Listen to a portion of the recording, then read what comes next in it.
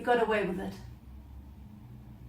Brett Kavanaugh has been confirmed as Supreme Court Justice, despite him lying under oath, showing a temperament that isn't precisely the one that's required for that kind of job.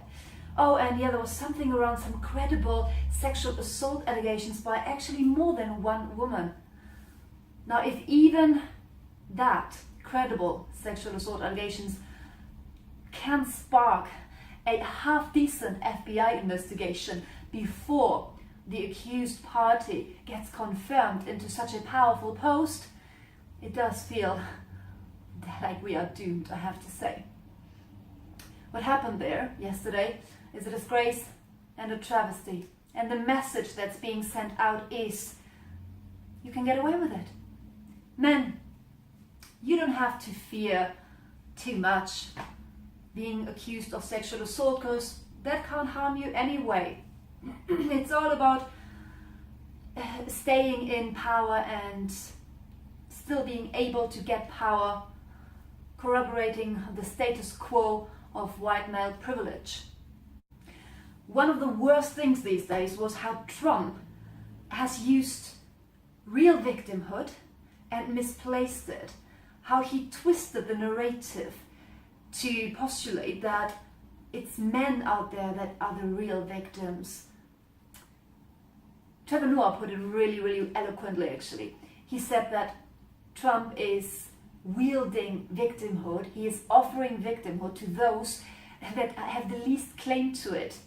In this whole story, it's women who are the real victims. And I'm not going to go into all the statistics that really, truly show how such a minimal amount of sexual assault allegations are false. And that is in juxtaposition with the huge amount of actual sexual assaults happening, and that on top of that go unreported. Why? Well, because maybe the president of the American people might mock you for it. But we gotta get the record straight, okay? Men, you don't need to fear women.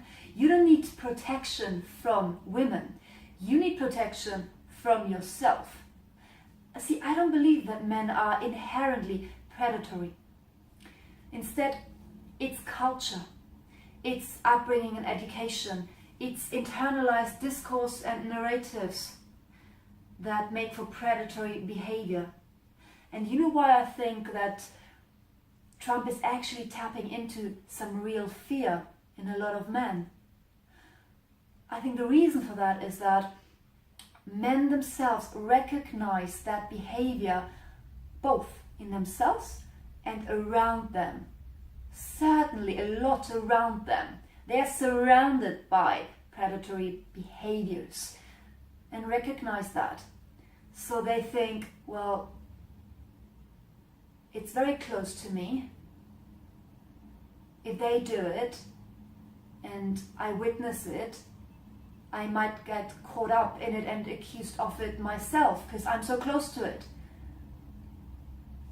I think deep down, a lot of men realize that they are part of the problem, that they are enablers, and they might actually be guilty of maybe not hardcore sexual assault, but behaviors that enable that, that feed into a culture that enable that. And this is what Trump is capitalizing on. That sense of, I'm close to that, despicable behavior, and I might actually be guilty of enabling it or doing it myself. So I gotta keep up the status quo, the barrier that gets me, that keeps me from being called out on it and actually prosecuted.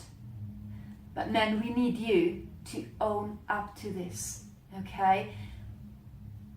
This is why I say that men need protection from themselves, because it's men who are at the root of this problem, who caused this problem in the first place, not women speaking out, making it evident, okay?